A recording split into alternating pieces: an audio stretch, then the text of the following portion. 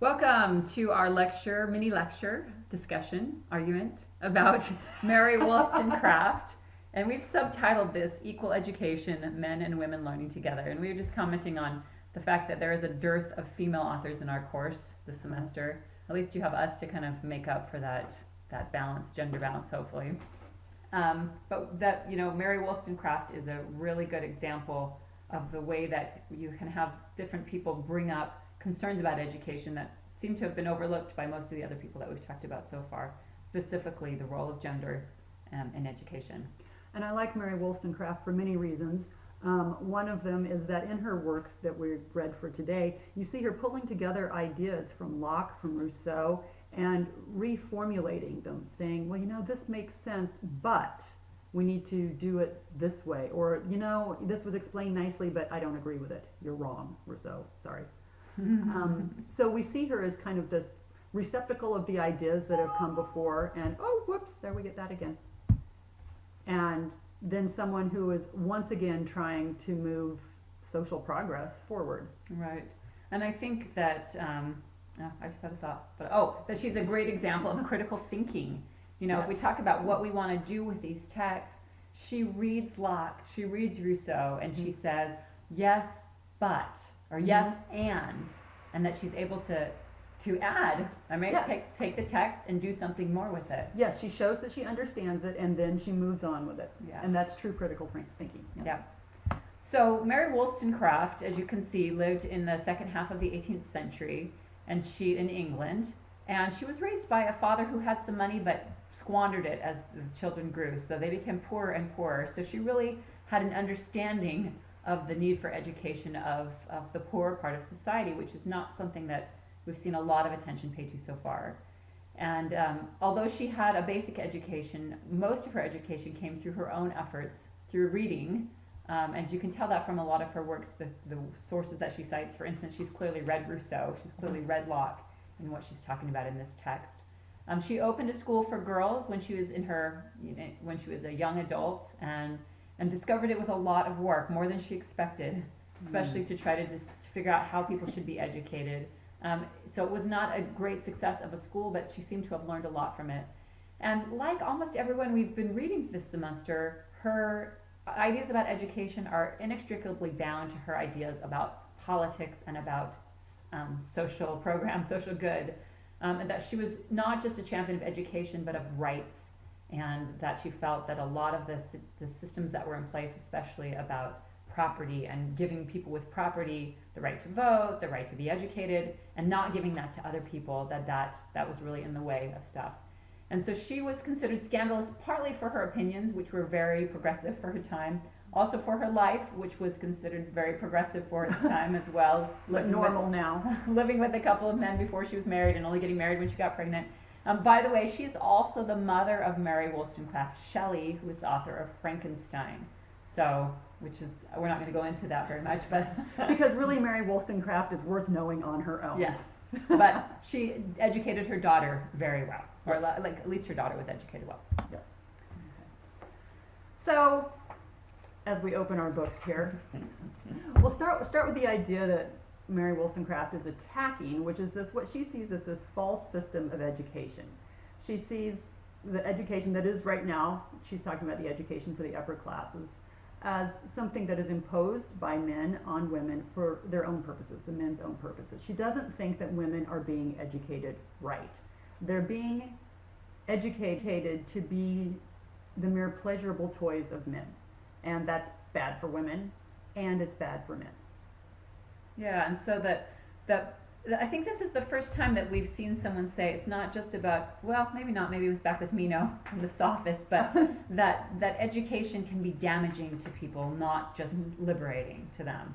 Right, because it's not the right kind of education. Yeah. It's a very narrow education, the kind of education that women are being given to be soft, to be dainty, to be pleasing to men at all times, to be concerned about really superficial things, is not the broad education that we have seen all of the writers advocating for. I mean, Right. this is even That's a good more point. narrow than what we saw Castiglione and certainly de Pizan advocating. But that this really is an education, it's training. Yes, that's what I was just thinking. I was thinking about, getting a dog or a horse Right. to do what you want it to do.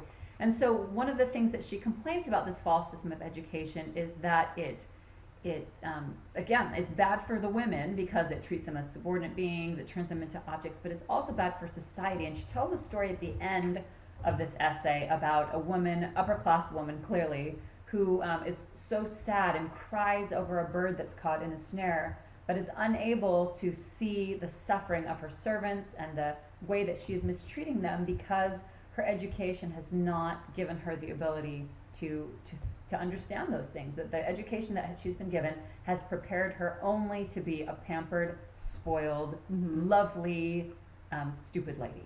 Yeah. And that's not what we want, because what Wollstonecraft says on page 175, can I jump back and say Yes, this here? of course. Is that, notice she talks about virtue a lot. This is a repeating concept in our readings, which Jen and I weren't really aware of until we started going through these and talking about them a lot just recently. I'm like, wow. There it is again. But here toward the bottom of page 175 at the end of the introduction, she says, I wish to show that elegance is inferior to virtue, that the first object of laudable ambition is to obtain a character as a human being, regardless of the distinction of sex. And so she is often, well, she's credited as being one of the pioneering feminists of the Western civilization, and that is, she deserves that, but she isn't. It's important to note that what she is trying to do is improve both women and men, and she sees the way to do that is to improve the education of women and also to change education for men. Right, that's an excellent point. That this is not just about helping women, this is about helping society and recognizing that the education of women plays an important role. And again, it's going to go beyond just women. You know, as she goes on in this treatise, she says she's talking about people of all classes as well. Yes. Making sure that they're included. So this is one of their central ideas, and hopefully you recognize this. Well, if you recognize this image, this is Rosie the Riveter from the First World War in America. Second World War, Steph says. And also, this idea of women being rational goes back to Locke, right? The idea that he said that children are rational, and so Wollstonecraft says, well, let me broaden that a little to say that women are capable of reason as well. She says, my own sex, I hope, will excuse me if I treat them like rational creatures instead of flattering their fascinating graces and viewing them as if they were in a state of perpetual childhood, unable to stand alone. So I thought Rosie the Riveter really captured this. You know, we can do it. Yes, we're capable of this learning. And then here's this quote that Steph just mentioned, that the goal is to become a human being, not just to be a lesser, whatever that is, that there's this capability. It reminds me of a definition of feminism that I was given when I was in graduate school. It says feminism, the radical notion that a woman is a human being. And I remember that all the time when I hear people say, well, I'm not a feminist or anything. I'm like, what do you mean by that? I don't think you understand the definition of the term. But what I think is interesting, when we were talking about this right before the recording, is when she's talking about how the goal is to obtain the character of a human being. This is an idea that we've seen before too. We just read it in Mill, even though Wollstonecraft actually predates Mill. But this idea that your education is to make you a good person. Right. Not a good man or a good woman, but a good doctor, person. Yes, a good exactly. lawyer. Yeah, that humanness comes first. And I think we've seen some version of that in almost everyone that we've read so far.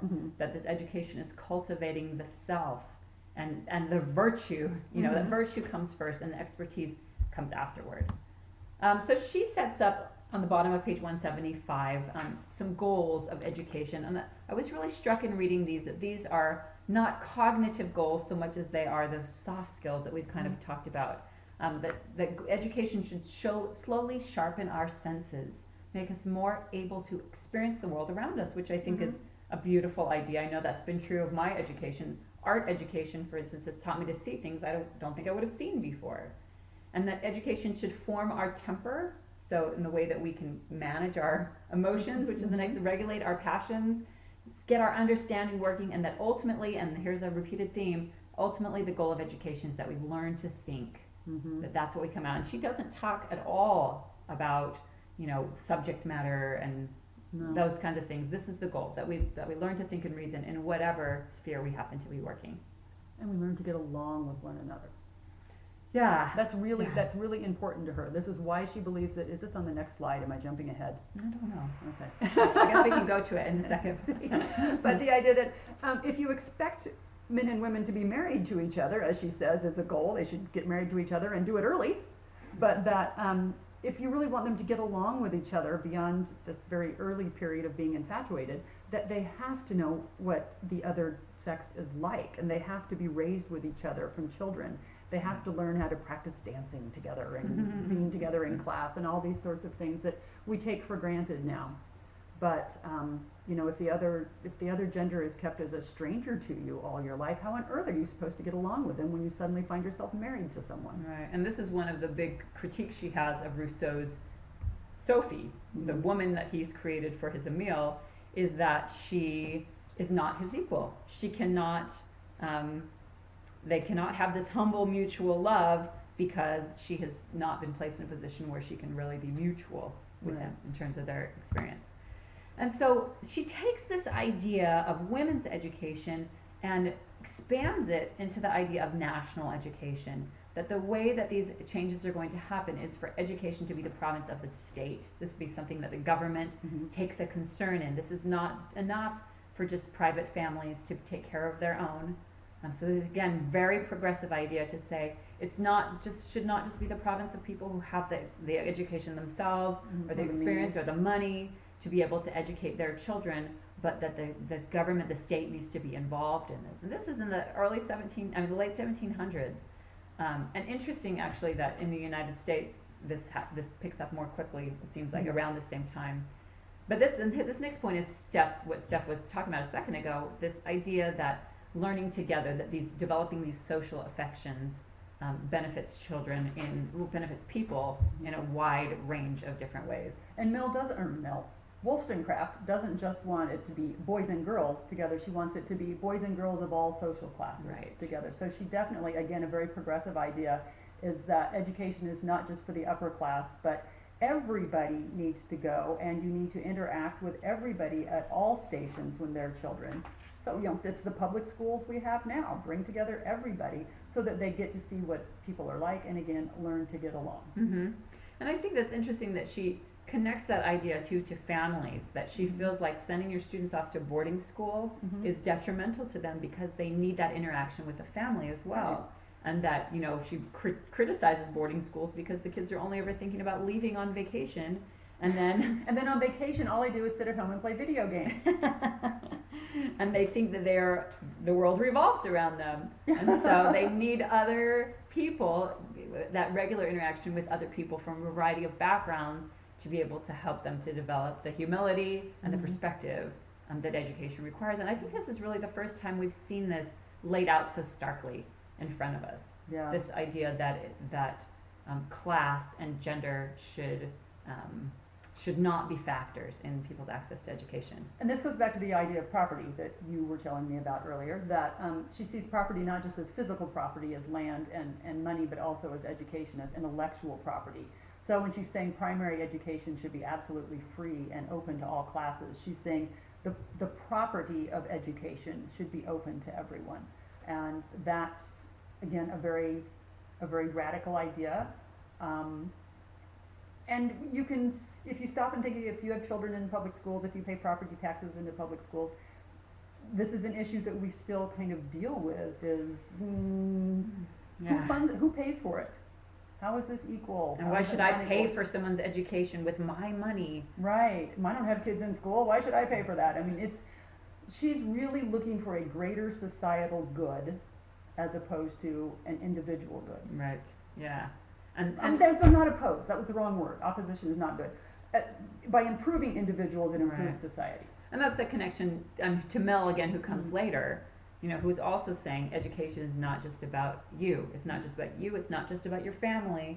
It is about the good of your nation at the very least. Yeah. And, you know, we would say now the good of the whole world. And so that you know, she's suggesting that should be open to everybody. So the thing, though, that she anticipates the concerns against her argument, and she recognizes, in terms of the gender argument, that people are afraid that this is going to make women into men. And now we have to remember that there is not the same understanding of biology and genetics at this time that she's writing. But certainly there are fears about these masculine women who are going to not want to be wives and mothers anymore, who are going to, want to do everything that men do. And she says, don't worry, they're not going to want to do hunting and fishing and, smackdown WWF. They're going to want, they just want the logic, the reason, the education. It's a good thing these people didn't have YouTube then to see what everyone's doing now. But I mean, certainly there are fears that she's aware of, and I think that she herself gives a wonderful example of how she can, be a woman and yet also be well educated and rational, and that this has not undone her, that this has not ruined her. It hasn't changed her chromosomes, so that suddenly she's male. Right. I think what she does is she exposes these fears as that were quite common as nonsense. Right. I mean, she even says what nonsense in there somewhere. But she gives a rational explanation for why they would not be true. Right. And in fact, why the opposite is true. That as women learn to respect themselves, and as they broaden their circle of knowledge and influence, that they will be more effective women. They'll be more effective in the things that they choose to do as women, even if they choose to be traditional wives and mothers, that they'll be better about it. Yeah, you'll be better at running your home. You'll be better at making decisions about parenting. You'll just be smarter and better at everything. It's not like you go put on your woman suit and I'm a woman now and I wasn't earlier. But I mean, it goes again to this idea of virtue that we've talked about over and over. That virtue is this underlying idea that comes through education that affects every aspect of life. And so she ends up with this wonderful quote about the effects of the kind of education that she is presenting and the way that this is going to be for the benefit of everybody. Yeah.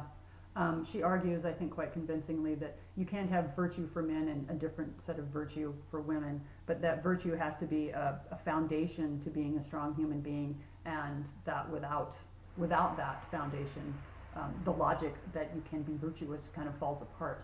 And I love this quote. This is one of my favorites. I principally wish to enforce the necessity of educating the sexes together to perfect both. They should be sent to school to mix with a number of equals, for only by the jostlings of equality, I love that phrase, can we form a just opinion of ourselves. So she's saying that children need to go to school. They need to be with each other. They learn a lot from their peers. And by being with, those are their equals, their peers. By being with them, then they can form a better opinion of themselves and understand what they do and they don't know. And I think that this is something that I've seen in my own educational experience over and over, that by working around people who are from different backgrounds than my own or have different ideas, that often it's painful, those jostlings, can be really painful when people point out the faults of your ideas or when they offer you a different perspective, but that she comes around to this idea that this is how we understand ourselves. This is not a sacrifice that we nobly give for the good of society, but that ultimately what is going to be good for society will be good for us, and that we will see ourselves more clearly, and therefore everybody will be more educated in the senses that matter. Yeah. I mean, if you think that you're good at something, but you're just by yourself or with your little brother being and then you trained go by to a American tutor. Idol. Yes. You have this rude awakening by being jostled by your equals. Well, you know where you stand and what you need to improve. And I hope that that's something that people have got from this class, that you'll see somebody else. That's one of the things we're asking you to do this week, is in your discussion post, is go read back over discussions and see which ones have helped you. And that by seeing really good ones that your peers have posted, you can say, okay, that's kind of what I need to aspire to. Right.